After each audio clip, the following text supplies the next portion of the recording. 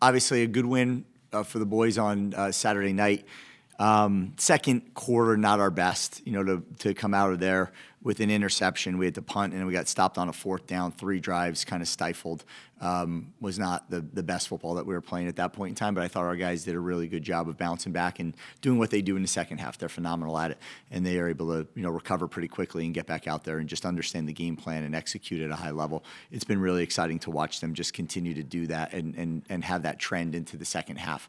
But there was a good amount of physical, tough football being played out there, and I really think watching it more than anything, the second when some of our second string guys got in there, or even third string guys got in there, that was the most fun to watch, is that they didn't just go in there and get through the game. They got in there and dominated the game and just played as hard as they possibly can, and they all had opportunities, and it was pretty fun to watch them do that. So again, a good win. This team coming up here, obviously, to host the Sun Belt Championship is everything. All the work that was put into this, from the coaching staff to the players to the community to the school to everybody involved, it's pretty neat to be able to do that on a Friday night. I'm sure it's going to be pretty cold, so buckle up in there and bundle up, but it'll be a physical, tough, hard-fought game, and we're really looking forward to getting a chance to host it. This team that's coming in here is very capable, very good, and have been in this championship game 3 out of the past 4 years. So, it'll be nice for us to welcome them here, and hopefully our crowd shows up and does what we do. I know we've talked with you a lot about in-game adjustments this year, but when you look at a second quarter like this past weekend, how much does it help that you have that at that point where you can still correct it in that game and not have it something like a fourth quarter where you're then taking it into this week and into the championship game? Yeah, you're exactly right. I think if you end the game with that, and it's a lot closer, you end the game with that and lose, God forbid, that's a whole lot different, walking into that game. And that was really the juggling act of it. You're in, and how do you want to manage that game? And to us, we did not do it any other way. We did it exactly how we were doing it all the way through. And I think, for different guys to step up. Now, could we get a couple guys out earlier? Yes. And, but for a couple guys to step up and do what they did, Joby being one of them, watching Mikey go out there, Wiz continue to do what he did, some of the linebackers, some of the D linemen, it was an impressive day. How much have you seen these guys just kind of excited to get back into this week of prep, which is a little bit earlier since it's a Friday night game? Yeah, it is. So you usually have Monday. We usually have Monday off, so that's a chance for them to rest, recover, get off their feet and go to school and do whatever they got to do, and then come back to Tuesday and go. So this one is expedited a little bit. So we had to be just smart with the way we practiced today. We needed to get work in, but we didn't need to overdo it. And I think we did a really good job of managing that as we rolled throughout the morning. But yeah, they're excited to get back here. It almost feels like that game we played Saturday night was so long ago, and it feels like we're in Tuesday right now. So I think that is, what you hope is get it back to normal as quick as you can and get these guys playing hard. And then when you look at a game like this, I know JT's sitting over there, but when you see guys who have stuck around this program and know kind of what they've been through in these 4 years, what's it like to see them have this opportunity to play it at home and finally get that Sun Belt Conference Championship moment? Yeah, it's phenomenal. I think that, at the beginning stages of this, with a lot of inconsistency, they created consistency, and they're just phenomenal, young men that were leaders throughout the whole entire time, welcomed us with open arms, and I think that's really important. I say it all the time, it ultimately takes a village, to be in this situation that we're in right now, but, that starts inside the hut, so to speak, and just, how welcoming they all are before, the outreach begins to the community and to people outside of that, that building. And I think that they've just done a phenomenal job of educating us, allowing us to understand what this is about, what the standards look like, here at JMU. And I think that's been really, really important, that they should be proud of themselves for the amount of work that they put into it and the leadership qualities that they allowed, that they possess to allow us, to see this come into fruition. I know you've been on social media lately, and I know you're not too invested in other people's narratives, but there was a situation with the coach down in the SEC who had to step away from his team in the college football playoff. I'm not asking you to put yourself into his shoes, but how difficult of a decision do you think that may be? I don't want you to, Yeah, I don't know. I think it's, you're going in league, it's a challenge. It's probably a challenge for everybody involved. If you're going to the NFL or something, I'm sure there's no issue, but you're going in league, that's probably the challenge. That's a tough one, and I don't know. There's so many variables in all these equations. I wouldn't try to predict, but I think that's probably the underlying theme. That's the harder one to deal with, is you're going to a rival in league that makes it a little more challenging. With the nature of kind of the timing of all these deals, like when they happen in the season nowadays, maybe for your situation, whether it be an extension maybe or other schools kind of offering, is there maybe a chance that unlikely or likely that by Friday you may have made a decision about your future? I don't know. I think that ultimately, obviously you all know, I can be transparent about all of it. There's a lot, I have an agent, there's a lot of conversations happening, and those opportunities are afforded to you because of, the success that you had, because of the players, that have been here, and the school and everybody else. I don't pretend it all has to do with me, but there's moments, there's life-changing situations that, could show up for you. And I think those are things that, you just got to weigh and kind of figure out as you go through it. But yeah, I think that, worrying about next year at this people have a lot to say, and there'll be more, as jobs open and close and there's not a lot left, like people have a lot to say about a lot of things. And ultimately, to me, what matters the most is that we're focused on this game, this championship game right now. What you're talking about is next year, right? And next year will have its time and place to talk about next year. I think right now we should be talking about this championship game and the playoffs and the run that we're about to go on when we get there. Kind of going off of that, not sure how much you can share, but have there been any schools that have come calling that maybe at this point you've already said no to or closed the door on? Yeah, there's been a whole bunch. Yeah, a whole bunch. And I think that, again, I don't want to let's not make this about anything other than we're hosting a Sun Belt championship game here at the end of the week for the first time in school history. Let's make it about that. Let's talk about next year when that moment presents itself. What have you seen from Troy so far? I think there's some like JMU. You're trying to break something though. I like it. Speaking of Troy, what have you kind of seen from them? Because I think there's maybe some fans that are like, well, Old Dominion blew them out and JMU blew I out won't pay attention to that. Why is that different? Why should people take man, it's just different because of the way OD was rolling at that moment in time, and they just didn't find their rhythm on offense. Like they did not find their rhythm on offense. They're back now. Their starting quarterback is back, and he's a guy that can sling it all over the place. He can run. He leads this offense. He does it at a high tempo. He's really dangerous as a football player, and we got to be really aware of that. He reads coverages really well. He finds tight windows, and he trusts his receivers to make plays in those tight windows. And if he doesn't like what he sees, he pulls it down and runs. So there's enough in here that he's able to do with a complex offense, that has very little tells. A lot of things they do, they protect and cover up with motions and shifts and all kinds of things of that nature. And they're a really very good football team. Just look at where their coaches have come from and what they've done. It's impressive. What have you seen from them on the defensive side of the ball? Oh, man. So defensively, their defensive line is big. They are explosive. They are fast. They are stout. They are tough. They do all of those things. Like they're just. I watch them. If you pull up their plays and watch like the negative plays that have happened, they are hunting quarterbacks at points in time. It is impressive for me to see and for us to watch just exactly how that thing plays out. There's a physicality that they play with. Their safeties show up downhill. Their linebackers are extremely tough, and their corners could cover. So there's a lot in here. They got really pressure, like blitzy the last game, as they were trying to get into this game.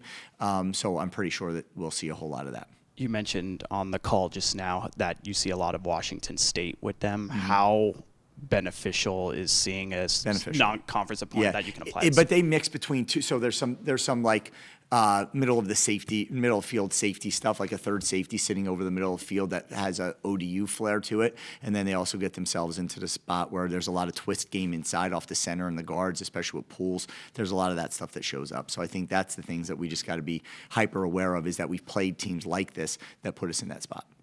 Do you have any update on Emmanuel Bush or Landon? No, Bush is trying. We're going to figure that out here. So he's out there today moving around a little bit. We just got to keep fighting through it right now. How have you seen Landon progress? He looks great today. Yeah, he looked really good today.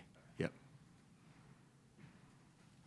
I know I asked about Trent and JT and kind of those guys player-wise who have been on the team for a while sticking around, but I also wanted to ask about Coach Witt. He's someone who was obviously on that previous staff for a long time, didn't make the move with them when they left. What's it like to kind of see him continue to have this chance here and to have a chance to lead these guys into this game? Yeah, it's pretty good. I mean, he's a guy that when I first got here, as you're trying to figure out staffing and what you want to do, every single person was talking about Coach Witt. He recruited a lot of this roster. roster. He's a guy that was really, prevalent in their lives and did a phenomenal job of making sure that, he, just continued to uphold the standard here within the program. So for him to be able to be here and see this, to the championship game, now we just got to complete it. And I know at this point of the year, it's a lot of, especially with the college football playoffs, it's a lot of, well, if this happens, then this may happen, or this could happen, and then this happens. As a coach, when you're trying to make sure everything is covered and you're prepared a little bit for everything, how difficult is that to balance with all of the what ifs?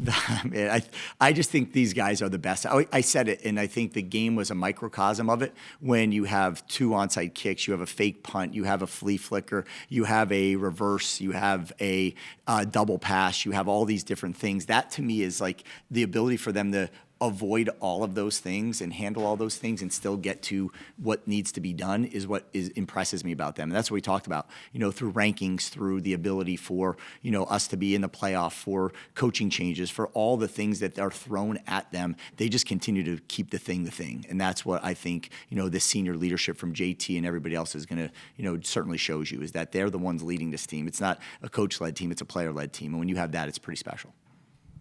And Katie asked about some of those guys who have been around here for a few years. I know JMU fans kind of wanted to put an asterisk on Marshall's 2 conference championships because, they didn't have to play JMU in those championship games.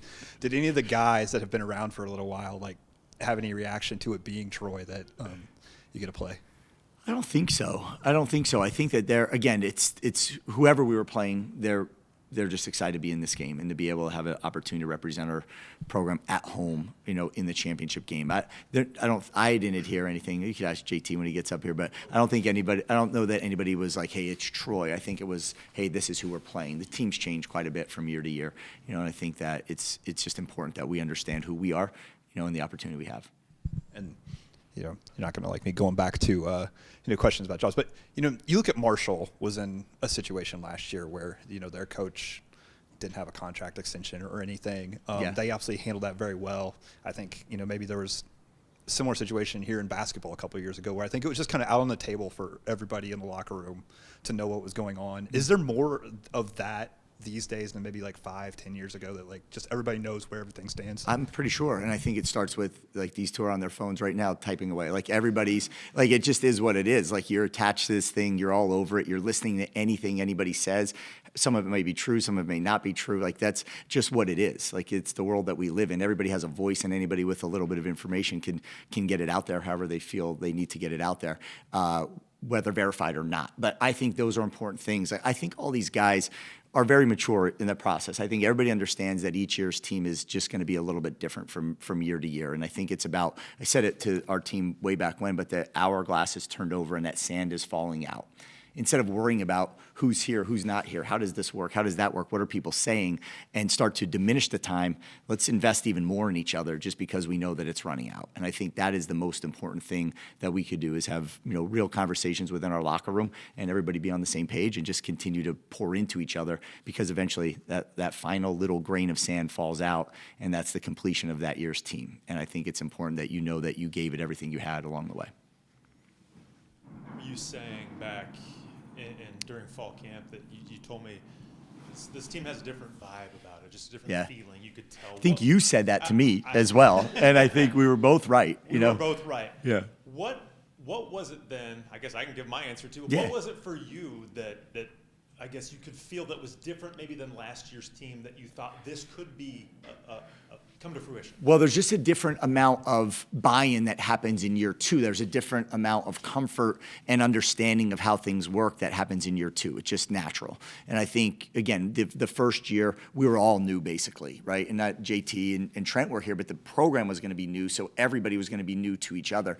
And that takes a minute, to figure out, and it's really hard to just ultimately trust right away, and trust that this plan is going to work. You need to see results, right? Trust comes from time, consistency, and results, right? The amount of time I'm going to spend together with somebody, I'm going to consistently be the same person, but that you can trust, but now there has to be results. And I think that's the thing that we were probably lacking is at some point in time through winter, spring, preseason, you're just lacking the ability to provide any results. So you get through it, and we have the year that we did a year ago, which was a decent year. And now you start to understand, okay, I know where we failed. I know where we came up a little short. Not only do I know how this works, I know where the weaknesses were, and we're going to make those stronger. I know what we have to do as players, not just as coaches. You start to get this thing spinning at a different rate of speed, and I think that's where, we found that in preseason camp. I think when we watched it, we just saw that competitiveness of it. We saw the leadership of it. We just saw how tough they were going to play and how demanding they were going to be of each other. That's what I think me and you both recognized, and they were having fun doing it. And I think that is probably the most important thing when it's at the end of the road, is that you had a lot of fun doing it, and the memories are they're going to come from the games, but they're going to come from the bus trips and the hotel and the plane rides and the other things you do with each other, like everybody talks about.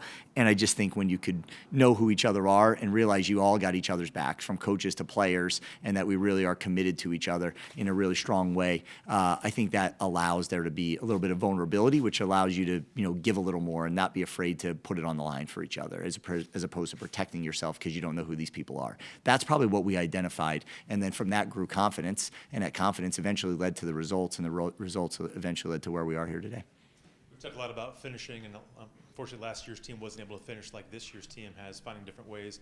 You've allowed 160 rushing yards in the second half to the Sun Belt opponents, and 141 came against Marshall. So that's 19 yards to the other 7 opponents in the second half. Talk about your run defense. I know you were asked that a little bit earlier, but to do that in the second half against teams in this league, again, it's pretty impressive. Yeah, I think there's probably a bigger – I'm not – and again, I'm taking nothing away from that, but I think there's probably also a story that has to be told of what was the score at that time and how committed were they to running the ball at that moment. We eventually get to a team like when we're playing App in the second half, or last week in the second half, and they're not trying to slow this game down and get out of there. They're trying to throw and score, right? And they're trying, now here comes a pick six, right? Now here comes a sack. Now here comes, another sack, and here comes another interception. Like, those are the things that you're kind of setting yourself up for at that point in time, when you're really just trying to chase points, when the differential's so great, but you never want to stop. You never want to quit. You want to be who you are. So you get it. But eventually, I think that's probably one of the bigger things, that you saw teams just so committed to going high tempo, throw the ball everywhere, which led you to that moment.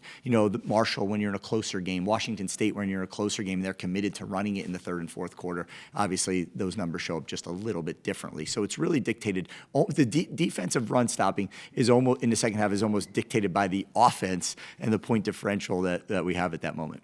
Those 8 Sun Belt teams also only got 75 passing yards in the second half. Well, all right. Well, then you're talking about something else. And you're talking about pretty dominant. Yeah, then you're talking about some dominant defense in the second half, which is great. Absolutely. For you, what does it take in a championship game? It seems like it might take a little bit more. Not like your best can be good enough. Definitely. Does it take more? Always. It always takes more. It forever takes more. And again, you don't know the price of it. Nobody knows the price of it. There's one team that's going to hold up that trophy, and the price of it, will be known by that one team, and that's it. So again, why they're on the field 15 minutes after, why they're extra in weight room, why they're up here meeting, why they're doing things on their own time, together with no coaches around. That all comes down to, the price that they're willing to pay. And I don't know what that price is. We don't know. Nobody knows. But when you pick up that trophy, if you could hold that trophy and you're lucky enough and fortunate enough to hold that trophy over your head, then you are the ones that do know what that price is. And I think that's something that you can forever pay forward and understand. And I think that's really important. I have a general idea of what it takes from places I've been, but every year is different. Every team is different. Every league is different. Every week is different. Every half is different. There's just so many variables that come into all of it. And I think our guys do a really good job of understanding that and their willingness to pay the price. You mentioned on my pregame show before Coastal Carolina that you had kind of talked to the guys about the college football playoff for the first time and just brought it up. Now with some of the things going on in the ACC and some other opportunities, there could be another way to get in there. Is that open conversation with your guys to kind of let them know just what the reality is of what's going on? Yeah, and I didn't mention a whole lot of it. I think that, again, they're on their phones. They're going to get a lot of that information firsthand, but there are now like 2 avenues, that are possible. Not only us on our own through our own merits, the committee seeing it and understanding it, knowing that one loss that we had, to a high-powered, full-powered, Louisville team in week 2 is a little different than maybe other people's losses, right? The games we're supposed to win, we were able to win. But if they don't want to look at that, there could be just another avenue in here, that almost they don't even control, and I think that's also a great thing. That's not just a one-way street. I hope they pick us. There's also another way that this could happen if the right people win, including ourselves. It kind of struck me when you first came here that you were kind of the type of coach that really, really cares. Like, not all coaches care about the off the field, right? Of building a young man up that's in college, but what's worked for you in terms of building up someone's character? When you first see a kid hit on campus at 18 and by the time they graduate? Yeah.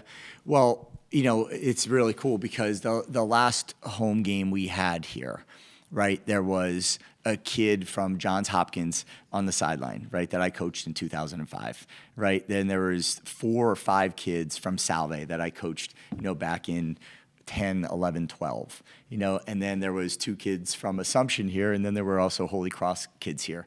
So to me, that's really it, right? That's really it, is I want to be able to look at that young man somewhere down the line, where in some cases it's close to 20 years later or is 20 years later, and I want to know that I gave him everything I had. That's ultimately it. Like, as a coach, hey, the worst thing that could happen, I think, is that someone says to you, man, I had more to give and you didn't get it out of me, right? That's the worst thing that I think could happen as a coach. That's like the sort of the kiss of death as a coach.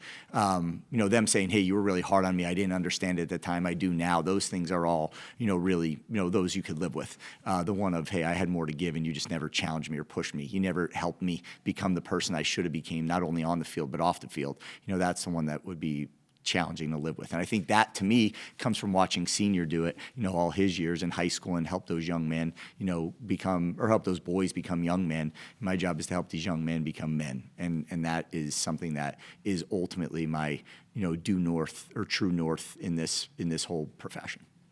Sorry, Chris, we're going forever, but is there anyone else in your coaching career that you can maybe attribute to other than your dad? Yeah, there's many. There's many that I've led in different ways. I think Jim Margraf was a guy that was at Johns Hopkins. That was the first moment in time where I realized you don't have to be like all the other coaches. You could kind of be true to who you are, and it's important to be true to who you are. So when you try to emulate or simulate somebody else, eventually it becomes, pretty known that that's not truly who you are.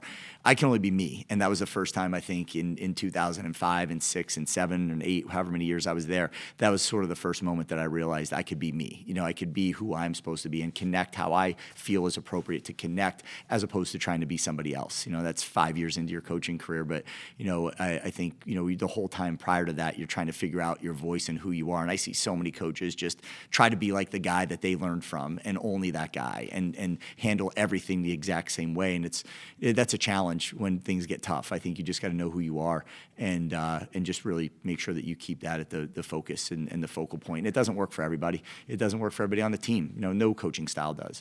But at least you're true to who you are. And I think leading with understanding and empathy and listening and having an idea of what that team needs is pretty much what I think is important for me. That's not important for everybody, but that's important for me.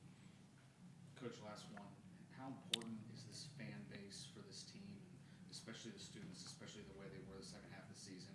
Yeah. Creating it? Yeah, well, I mean, that's it. Right? We're sitting down here in that Washington State game in a pivotal moment on the 3rd down, and they end up with a delay of game because they can't get the check through that they want to check through because of how loud it was on that, the student section down there with the band and everybody just, ripping it. That is exactly what it is, and that is what it is going to take when we get into this game. They have to be loud. They got to be who they are, and they got to make sure that, just like us, we got to do our job on the field. They got to do their job off the field, because it takes the whole group. It takes the whole team effort, and they're part of that team. There's no doubt about it. When we win this championship on Friday night, it's not just us winning it, it's them as well. And I think it's important they understand they have a piece of that trophy.